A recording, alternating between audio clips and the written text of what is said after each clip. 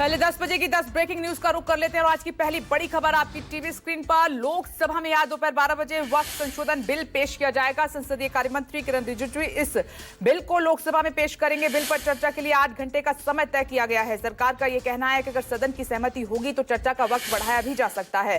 सरकार की तरफ से आज ही चर्चा का जवाब भी दिया जाएगा। वहीं विपक्ष ने भी सरकार को घेरने की रणनीति बना ली है। इंडिया गठबंधन में शामिल पार्टियां संसद में वक्फ संशोधन बिल का विरोध करेंगी। बिल पेश होने से पहले पार्लियामेंट एनेक्सी में इंडिया गठबंधन के सभी दलों की बैठक चल रही है। आगे बढ़ते हैं। चर्चा के लिए 8 घंटे का समय तय किया गया है, ये आप जानते हैं, और इस खबर पर हम चर्चा भी करेंगे। हमारी नजर लगातार बनी हुई है आप इस खबर पर। आगे बढ़ते हैं, दूसरी ब्रेकिंग न्यूज का रुख कर लेते हैं। वक्फ बिल को लेकर विपक्ष लामबंद नजर आ रहा है।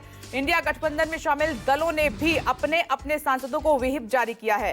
कांग्रेस, सपा, शिवसेना और उद्धव गुट, एनसीपी, आरजेडी सहित तमाम दलों ने अपने सांसदों को अगले 3 दिन संसद में रहने के निर्देश दिए हैं।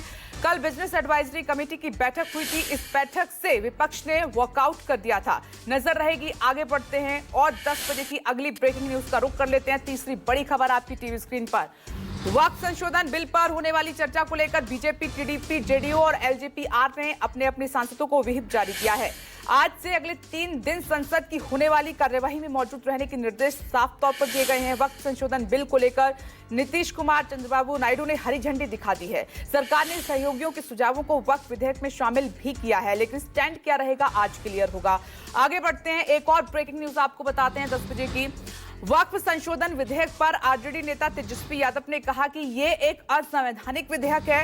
हम संविधान को मानने वाले लोग हैं। बीजेपी के लोग नागपुर का कानून थोपना चाहते हैं, जो हमें कतई मंजूर नहीं है। हम गंगा जमुनी तहजीब में विश्वास करते हैं। ऐसा विधेयक हमें कभी मंजूर नहीं होगा। इस विधेयक को कभी स्वीकार नहीं किया जा सकता। आगे बढ़ते हैं और 10 बजे की अगली ब्रेकिंग न्यूज आपको बताते हैं। 5वीं बड़ी खबर है अब।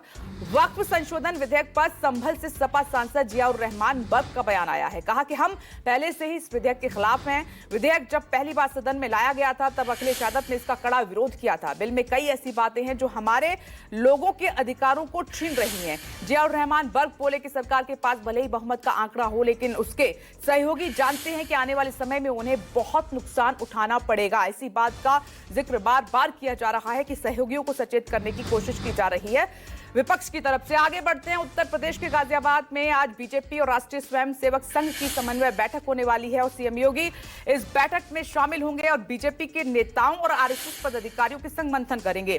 इस बैठक में कई अहम फैसले लिए जा सकते हैं। हमारी भी नजर रहेगी, देखते हैं क्या फैसले इस बैठक में होते हैं। अब 7वीं ब्रेकिंग न्यूज की ओर आपको लिए चलते हैं। आपकी टीवी स्क्रीन पर इस वक्त एक और बड़ी खबर है, जल्दी से उसका भी रुख कर लेते हैं, क्योंकि लगातार हम वक्फ बोर्ड बिल पर लगातार नजर बनाए हुए हैं। वक्फ बोर्ड बिल पर बहस के बीच प्रधानमंत्री नरेंद्र मोदी ने आज कैबिनेट मीटिंग बुलाई है। इस मीटिंग के लिए 1 बजे का वक्त निर्धारित किया गया है। ये वही वक्त होगा जब लोकसभा में वक्फ बिल पर चर्चा हो रही होगी। ऐसे में माना यह जा रहा है कि सरकार कोई बड़ा फैसला ले सकती है, तो इस पर हमारी नजर रहेगी। देखते हैं कि सरकार की तरफ से इस पर क्या बड़ा फैसला लिया जाता है, क्योंकि सरकार लगातार ये समझाने की कोशिश कर रही है विपक्ष को कि आप इसका एक अच्छा पहलू भी देखने की कोशिश कीजिए। सरकार की बिल्कुल भी मंशा ऐसी नहीं है कि जो मुस्लिम समुदाय है उसके अधिकारों का हनन किया जाए या फिर उनके अधिकारों को छीना जाए। और ये विपक्ष क्यों गुमराह कर रहा है, ये सवाल सरकार की तरफ से उठाया जा रहा है। आगे बढ़ते हैं और 8वीं बड़ी खबर आपको बता देते हैं। कॉमेडियन कुणाल कामरा को मुंबई की खार पुलिस स्टेशन ने फिर से समन जारी किया है। कुणाल कामरा को तीसरी बार समन जारी किया गया है, जिसमें कुणाल कामरा को 5 अप्रैल के पहले पूछताछ के लिए हाजिर होने के लिए कहा गया है। इससे पहले कुणाल कामरा को 2 समन जारी हुए थे, लेकिन कुणाल कामरा दोनों समन के लिए हाजिर नहीं हुए थे। अब आगे बढ़ते हैं, 9वीं ब्रेकिंग न्यूज का रुख कर लेते हैं, जो कि अमेरिका से है। बड़ी खबर है, अमेरिका की ओर से आज से कई देशों पर नए टैरिफ लागू हो जाएंगे।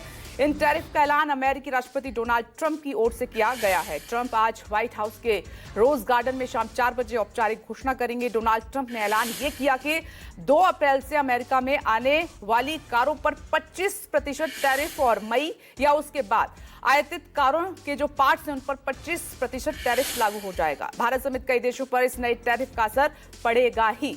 आगे बढ़ते हैं, एक और ब्रेकिंग न्यूज बताते हैं। 10 बजे की 10वीं बड़ी खबर है अब आपकी टीवी स्क्रीन पर, जो कि महाराष्ट्र से है। महाराष्ट्र के बुलढाना में भीषण सड़क हादसे में 5 लोगों की मौत हो गई है। बहुत बड़ा हादसा हुआ है, जबकि हादसे में 15 से ज्यादा लोग जख्मी हो गए हैं। प्राइवेट बस, एसटी बस और बोलेरो के बीच जोरदार टक्कर होने की वजह से दुर्घटना घटी है। पुलिस पूरे मामले की अब जांच में जुटी हुई है। तो ये है आज की 10 बजे की 10वीं ब्रेकिंग न्यूज।